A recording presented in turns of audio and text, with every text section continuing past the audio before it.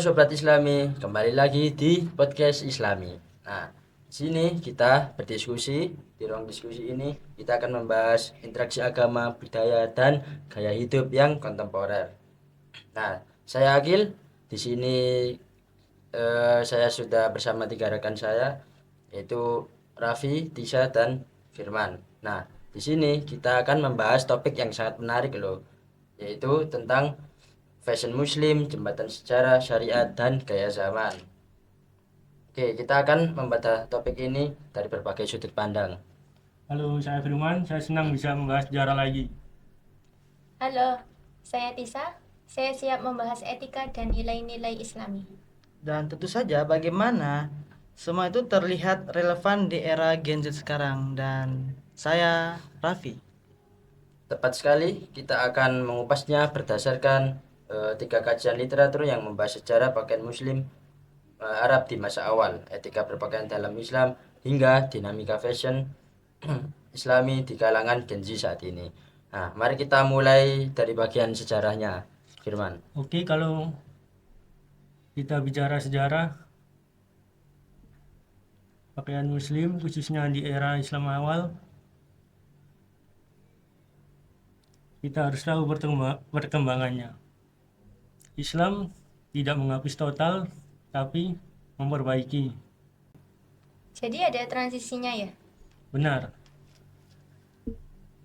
Jenis-jenis pakaian saat itu bermacam-macam seperti al-mar, adir, kamis, al-kimor, al-izar, arido. Pakaian juga menjadi indikator strata sosial. Oke, Bangsa Arab terdiri dari raja, prajurit, dan rakyat jelata.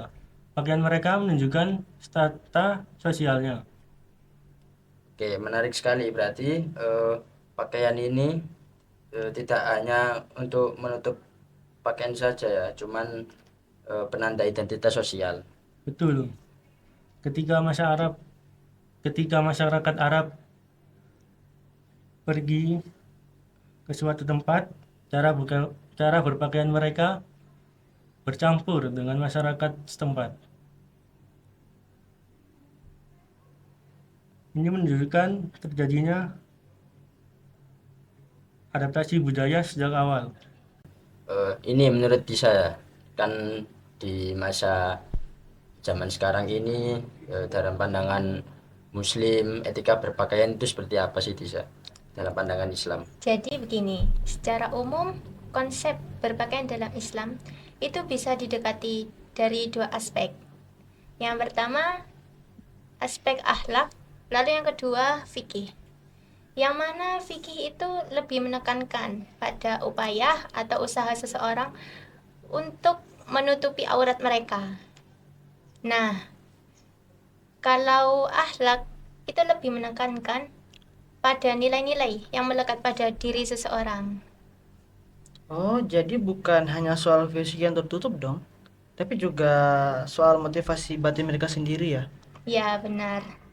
Jadi bukan hanya menutup aurat, fungsi pakaian itu juga menutup aib. Itu sejalan dengan larangan yang ada di hadis ya. Larangan sombong dan berlebihan dalam berpakaian. Ya, itu sejalan. Jadi berpakaian dalam Islam, motivasi idealnya itu adalah berlandaskan hanya karena Allah Subhanahu wa taala. Jadi tidak untuk kemewahan ataupun pujian manusia.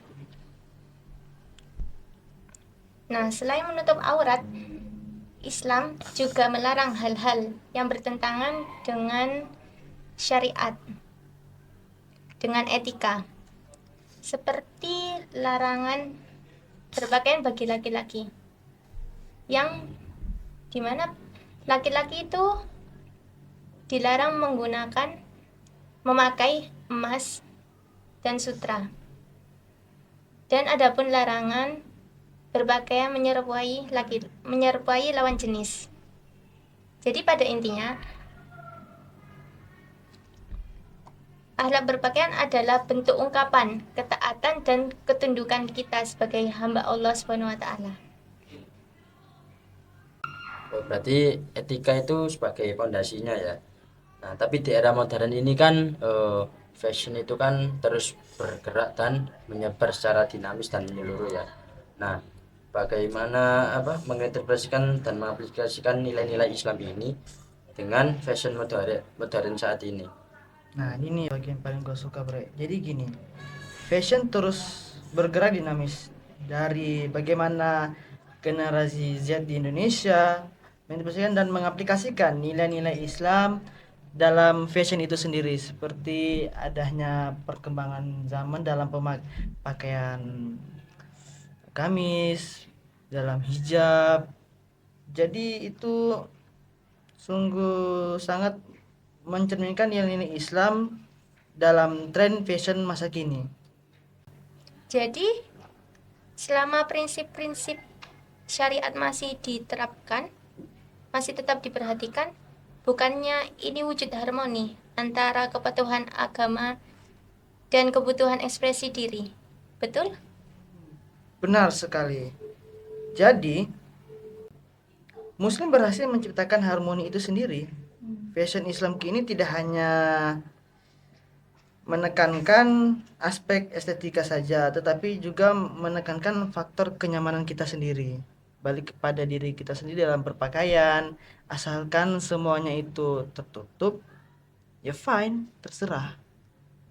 Itu kembali lagi ke diri kita sendiri, cukup apa enggak. Oke, jadi cukup menarik diskusi kali ini. Jadi intinya dalam pandangan teman-teman nih, kita dalam berpakaian itu ada yang berbeda pendapat juga. Dalam pandangan Islam sih, kalau ajarannya emang harus yang terutama itu harus menutup aurat. Jadi sebenarnya kita itu boleh sih berpakaian bebas sesuka kita, sesuai pribadi kita. Kan memang dalam berpakaian dalam masa sekarang kan emang tergantung kita kan, menyesuaikan sama diri kita. Ada yang dari kalangan orang-orang yang ada itu berpakaian lebih mewah atau gimana. Nah, itu terserah dari pribadi kita masing-masing. Yang penting pertama kita harus menutup aurat kita. Itu yang terpenting dalam pandangan Islam. Nah, untuk mencocokkan di zaman sekarang, jadi kita harus pandai dalam mengatur gaya kita khususnya. Tapi yang penting terutama tidak merugikan orang lain. Yang penting kita harus bisa nyesuaiin diri lah, gitu aja. Oke, jadi intinya adalah meskipun mode berubah, fungsi dasarnya sebagai penutup aurat dan perwujudan akhlak yang didasarkan pada ketaatan pada Allah Subhanahu wa taala tetap menjadi inti dari pakaian muslim. Oke, bagaimana teman-teman? Apakah kita setuju semua tentang pendapat kali ini? Setuju. Setuju. Setuju sekali. Terima kasih banyak Raffi, Tisa, dan Firman. Semoga kali ini diskusi kita bermanfaat dan menginspirasi banyak orang. Tapi sebelum itu aku ada pantun nih. Pagi hari menjemur padi, siang datang burung bernyanyi. Sampai di sini acara kami, semoga memberi manfaat dan inspirasi. Oke, kurang lebihnya mohon maaf. Di sini saya sebagai moderator pamit undur diri. Wassalamualaikum warahmatullahi wabarakatuh. Oh,